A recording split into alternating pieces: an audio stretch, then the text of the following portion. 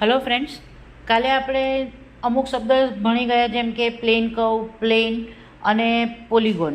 પોલિગોનની અંદર આપણે એવું ભણી ગયા કે જે પણ ફિગર લાઇન સેગમેન્ટનો યુઝ કરીને દોરી શકાય તે બધી આવશે પોલિગોન.